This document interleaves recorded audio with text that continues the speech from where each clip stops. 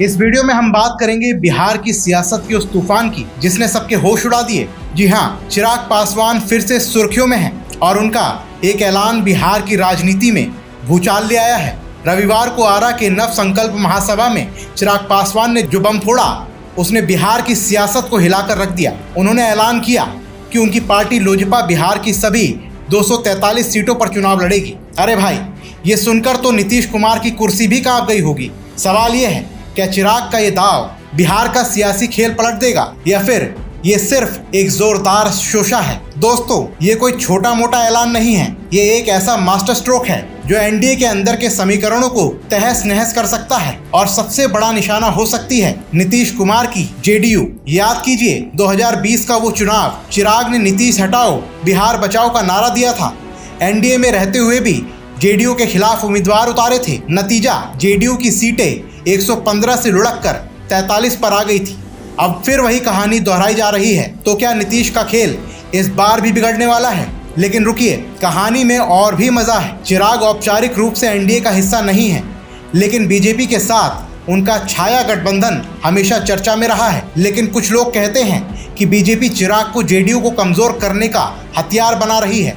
अगर ऐसा है तो क्या बीजेपी चुपचाप तमाशा देख रही है और नीतीश को चेकमेट करने की तैयारी में है? और दूसरी तरफ विपक्ष क्या सोच रहा होगा? आरजेडी और कांग्रेस जैसी पार्टियां तो इस मौके की ताक में है। अगर एनडीए में फूट पड़ती है तो महागठबंधन के लिए किसी लॉटरी से कम नहीं है। तो क्या चिराग का ये दांव अनजाने में तेजस्वी यादव को सत्ता के करीब ले जाएगा? दोस्तों, सियासत का ये रंगमंच अब और रोमांचक होने वाला है।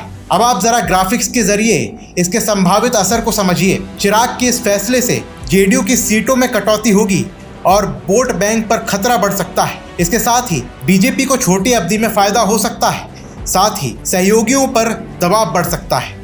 आरजेडी एनडीए की कमजोरी से अप्रत्यक्ष लाभ उठा सकती है।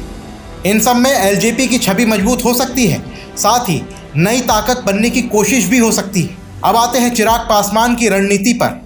उनका नारा है बिहार फर्स्ट, बिहारी फर्स्ट। वो कहते हैं ना पद चाहिए ना सत्ता, बस बिहार को विकसित करना है। सुनने में तो बहुत अच्छा लगता है, लेकिन सवाल ये है, क्या ये सिर्फ चुनावी जुमला है या सच में उनके पास कोई बड़ा प्लान है? 243 सीटों पर चुनाव लड़ना कोई छोटी बात नहीं है। क्या उनके पास इतने मजबूत कैंडिडेट्स और संगठन हैं या फिर ये एनडीए पर दबाव बनाने की चाल है ताकि सीटों का बंटवारा उनके हक में हो? दोस्तों, चिराग सिर्फ जेडीयू को हराना नहीं चाहते, वो खुद को बिहार का अगला बड़ा चेहरा बनाना चाहते हैं। दलित वोटरों को जोड़ना, नीतीश से नाराज लोगों को अपने पाले में लाना, ये उनका टारगेट है। लेकिन सियासत में सिर्फ इरादे काम नहीं करते, जमीन पर ताकत चाहिए।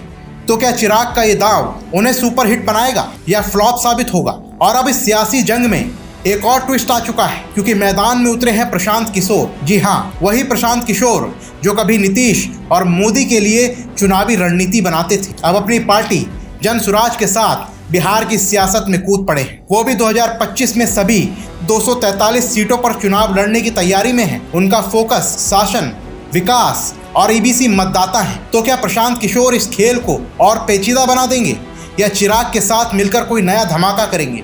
प्रशांत किशोर ने 3000 किलोमीटर की पदयात्रा की है। वो गांव-गांव जाकर लोगों से मिल रहे हैं। उनका दावा है कि वो जाति और परिवारवाद से हटकर शासन और विकास की बात करेंगे। एबीसी वोटरों को लुभाने की उनकी कोशिश चिराग के साथ तालमेल की ओर इशारा भी करती है।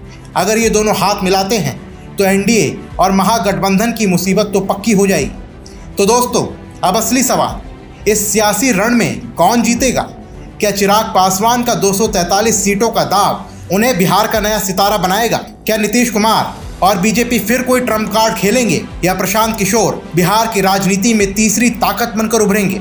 और सबसे बड़ा सवाल, क्या ये सारा ड्रामा जनता को भ्रमित करेगा या बिहार को नई दिशा देगा? ये तो खैर वक्त ही बताएगा, लेकिन इतना तय है कि 2025 का चुनाव बिहार के लिए एक टर्निंग पॉइंट होगा। आपकी क्या राय है? नीचे कमेंट बॉक्स में हमें ज़रूर बताएं। साथ ही खबर को अपने दोस्तों के साथ शेयर करें, वीडियो को लाइक करें और चैनल को सब्सक्राइब करना ना भूलें। जय हिंद।